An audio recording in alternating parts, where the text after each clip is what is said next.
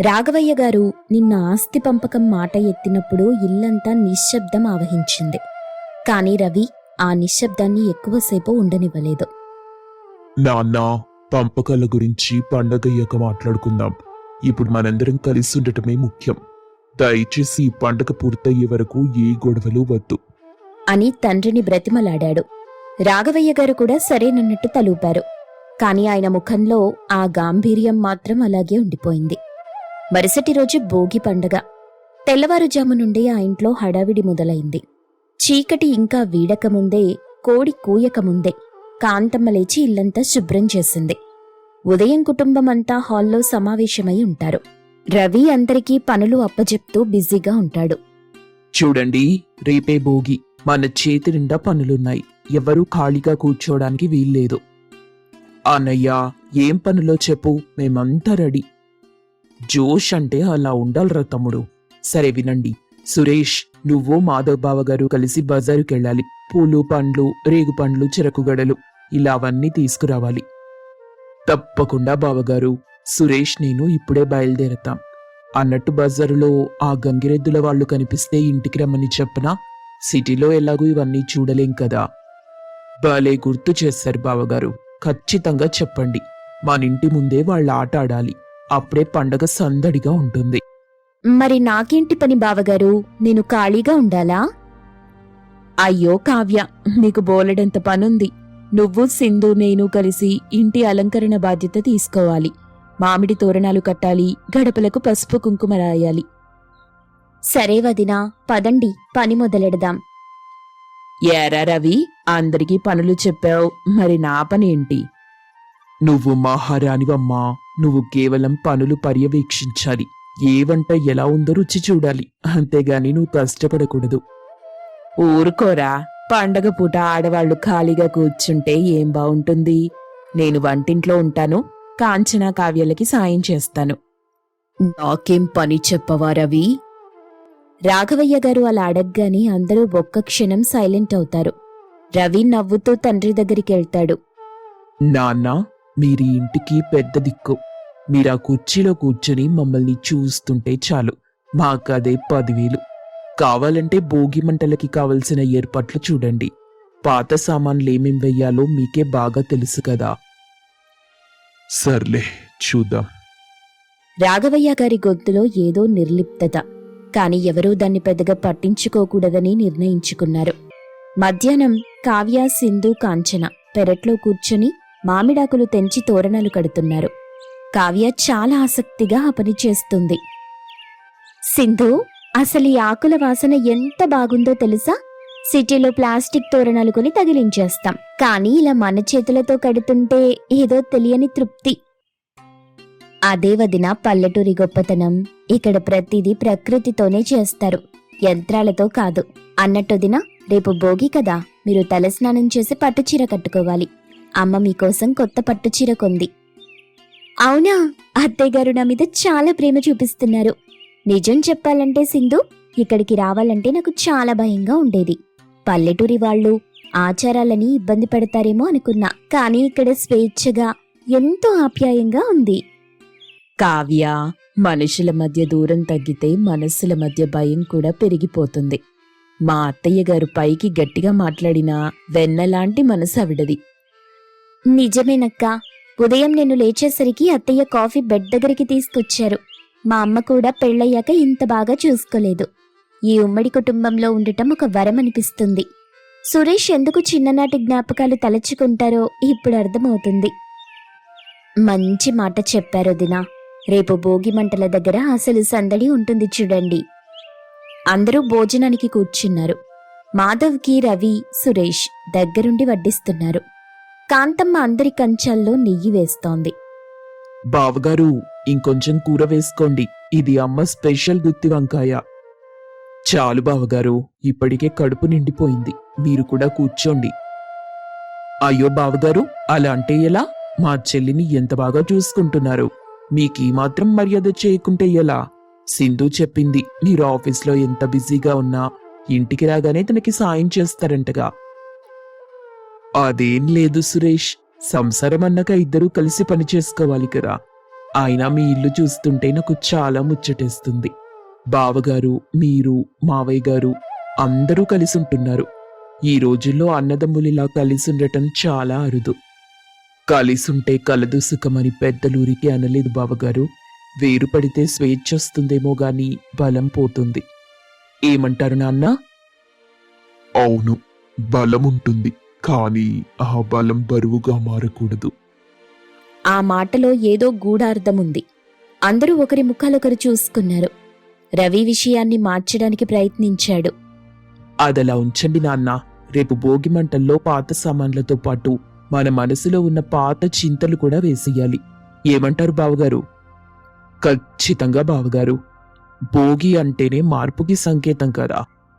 సురేష్, కావ్యకి ఆ ఆవకాయ వడ్డించు. సిటీలో ఇలాంటి ఆవకాయ దొరకదు. మరుసటి రోజు తెల్లవారుజామున చీకటి ఇంకా పోలేదు. చలి విపరీతంగా ఉంది. ఇంటి ముందు పెద్ద భోగి మంట వేసి ఉంది. కుటుంబమంతా చుట్టూ చేరారు. మంటలెగిసి పడుతుంటే ఆ వెలుగులో అందరి ముఖాలు కాంతివంతంగా కనిపిస్తున్నాయి. అందరూ చుట్టూ నిలబడండి, దేవుడికి దండం పెట్టుకోండి. పెద్దలేమంటారో తెలుసా? భోగి మంటల్లో కేవలం పాత వస్తువులే కాదు, మనలో ఉన్న చెడు ఆలోచనలు, ద్వేషం, అహంకారం, కోపం అన్నీ వేసేయాలంట. అప్పుడే మనసు శుద్ధవుతుంది. నిజమేనన్నయ్యా. నేను నా బద్ధకాన్ని, సిటీ లైఫ్లో వచ్చిన యాంత్రికతని ఈ మంటల్లో వేసేస్తున్నా. ఇక నుండి కుటుంబానికి ఎక్కువ టైం ఇస్తా. నేను నా భయాల్ని వేసేస్తున్నా. ఈ కుటుంబంలో ఒక మనిషిగా కలిసిపోవడానికి ఏ భయాలు అక్కర్లేదని అర్థమైంది. నేను నా మొహమాటాన్ని వేసేస్తున్నా. బావగారు, ఇక నుండి నేను కూడా మీ ఇంట్లో మనిషినే. చుట్టంలా కాకుండా కొడుకులా ఉంటాను. నాకింకేం కావాలరా? మీరంతా ఇలా కలిసిమెలిసి ఉంటే చాలు. నాకున్న బాధలన్నీ ఈ మంటల్లో కాలి బూడిదైపోవాలి. యావండి, మీరు కూడా ఏదో ఒకటి చెప్పండి. నిజమే రవి, మనసులో ఉన్న భారాన్ని దించుకోవడానికి ఇంతకంటే మంచి సమయం ఉండదు.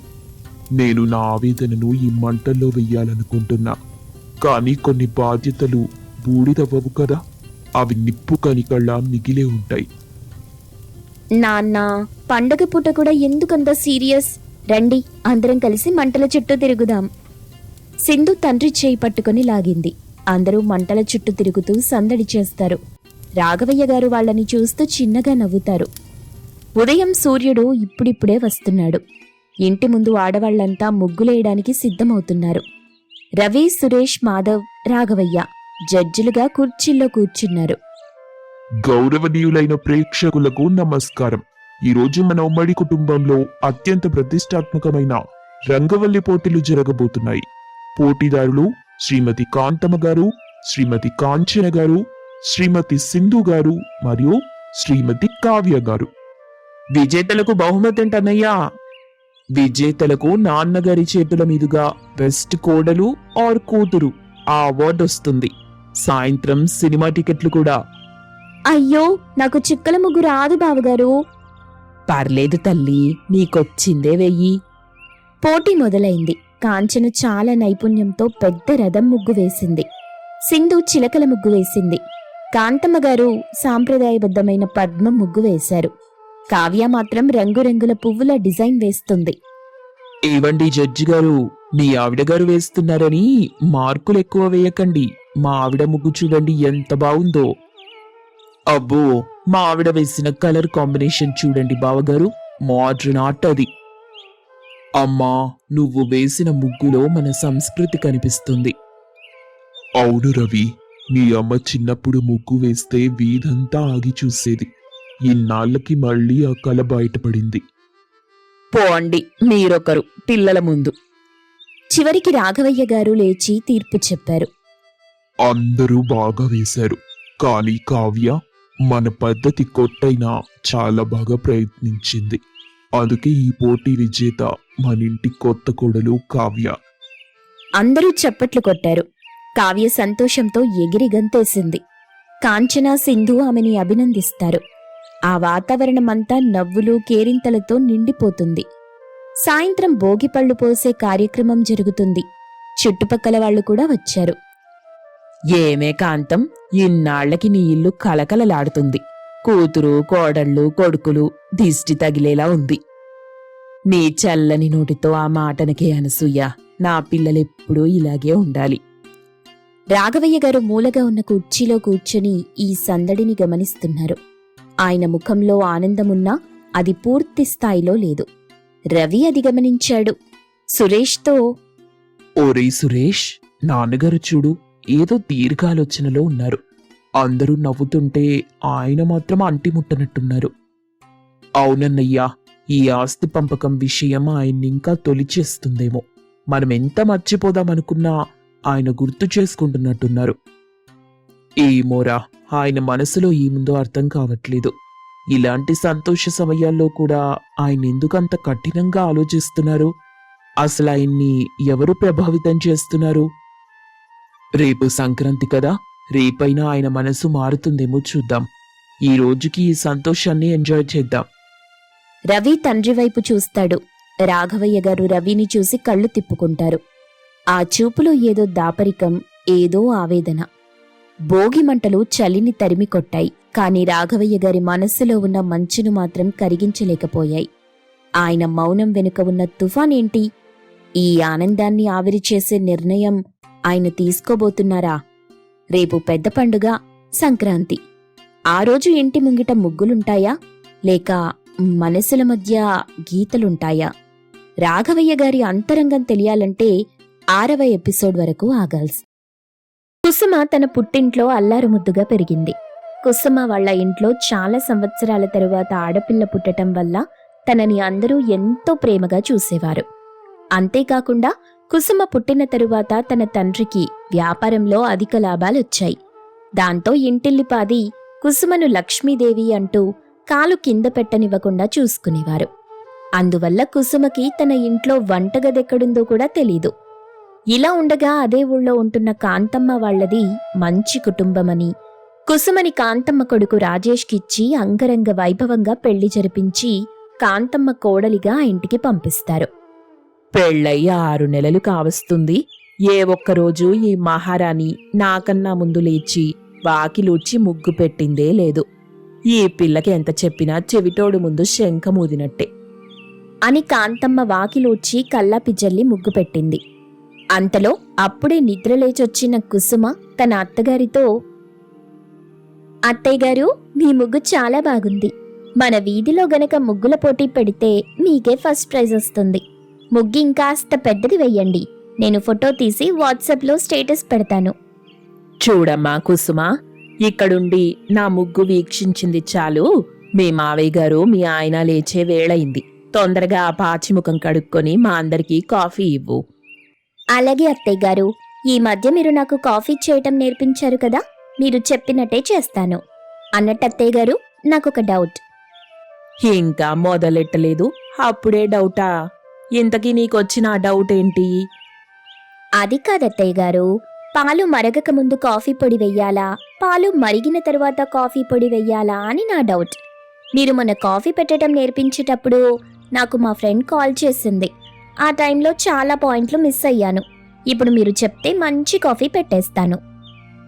చెప్పింది వినకుండా ఇలా అస్తమానం ఫోన్ పట్టుకుంటే ఇలాగే లేనిపోని డౌట్లు వస్తాయి. బాగా పాలు మరిగిన తరువాత కాఫీ పొడి వేసి 4 స్పూన్ల పంచదార కలిపి అందరికీ కాఫీ ఇవ్వు. అలాగే అత్తయ్యగారు, చిటికెలో తెచ్చేస్తాను అని గబగబా వంటగదిలోకెళ్ళింది. అందరూ హాల్లో కూర్చొని ఉండగా కుసుమ కాఫీ తీసుకొచ్చి అందరికీ ఇస్తుంది. ఒక్క నిమిషం, ఈరోజు కాఫీ అద్భుతంగా కుదిరినట్టుంది. అందరూ ఒకసారి సిప్ చేసి టేస్ట్ ఎలా ఉందో చెప్పండి అని అంది.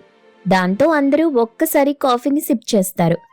వెంటనే అందరూ రకరకాల ఎక్స్ప్రెషన్స్ ఇస్తారు.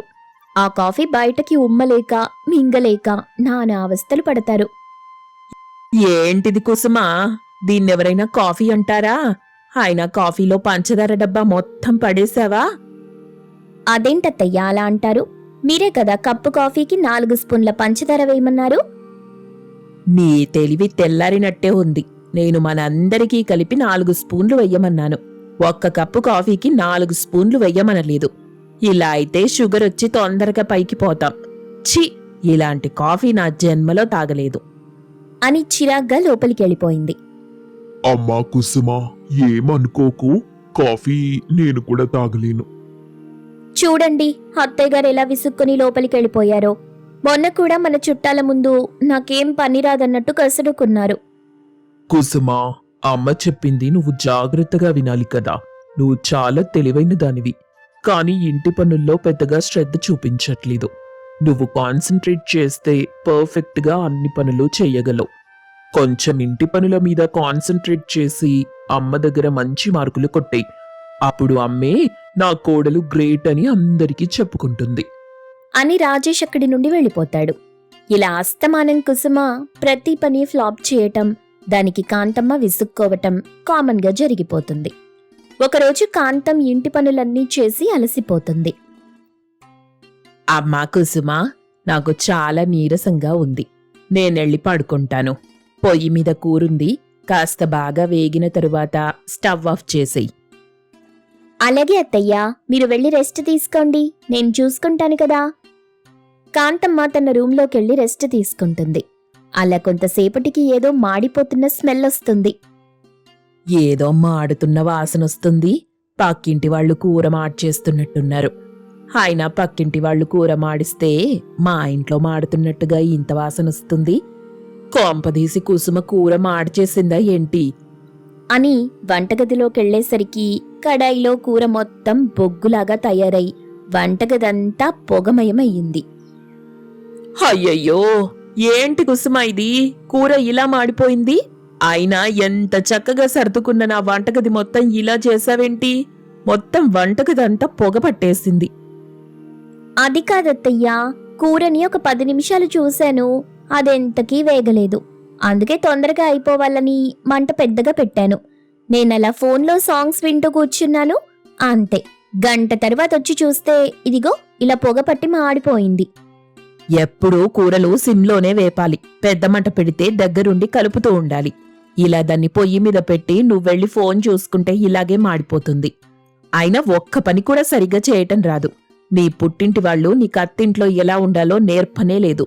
ఒక పద్ధతి పాడు లేకుండా పెంచారు అని చిరాగ్గా వంటగది మొత్తం శుభ్రం చేసుకుంటూ ఉంది.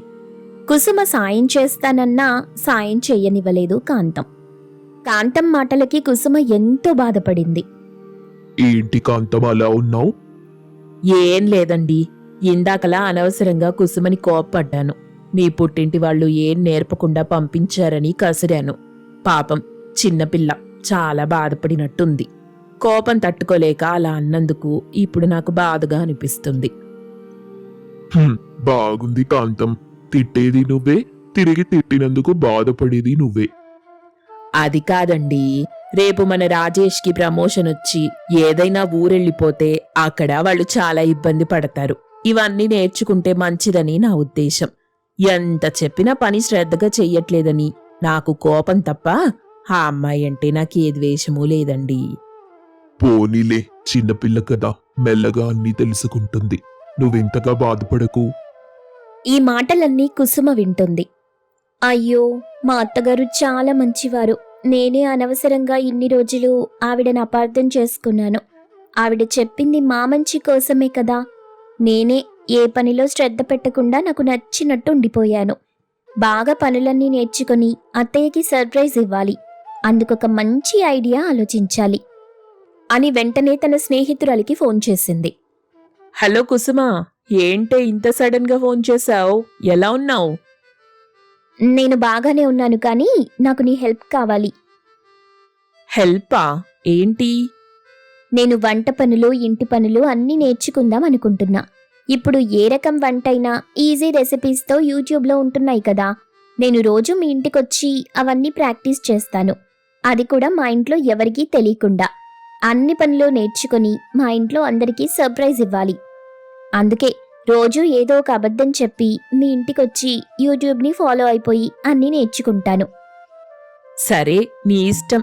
రేపటి నుండే నువ్వొచ్చి మా ఇంట్లో వంట ప్రాక్టీస్ చేసుకో. ఆ మరుసటి రోజు కుసుమ హడావిడి పడుతూ కాంతం దగ్గరికొచ్చి, అత్తయ్య గారు, నేను నా స్నేహితురాలితో కలిసి షాపింగ్కి వెళ్తున్నాను, వచ్చేసరికి ఆలస్యం అవుతుంది అని చెప్పి అక్కడి నుండి వెళ్ళిపోతుంది.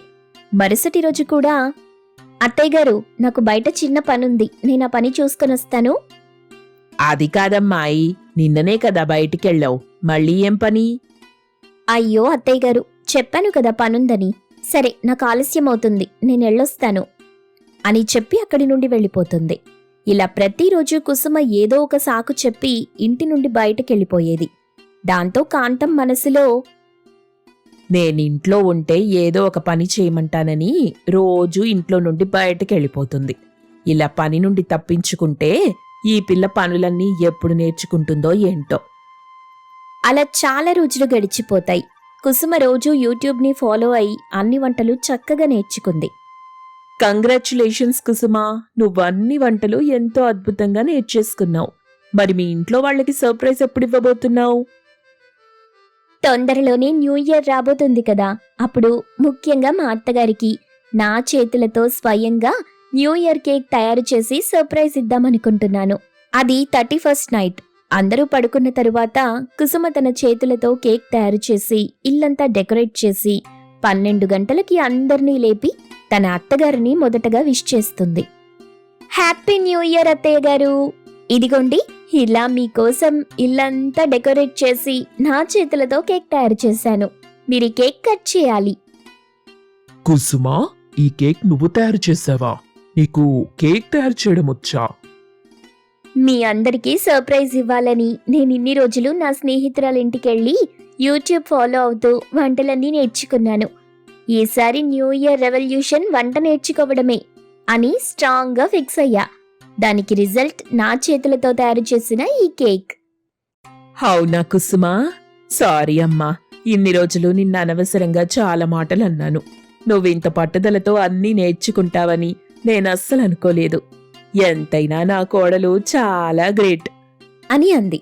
దాంతో అందరూ హ్యాపీగా కేక్ కట్ చేసి న్యూ ఇయర్ని సెలబ్రేట్ చేసుకుంటారు.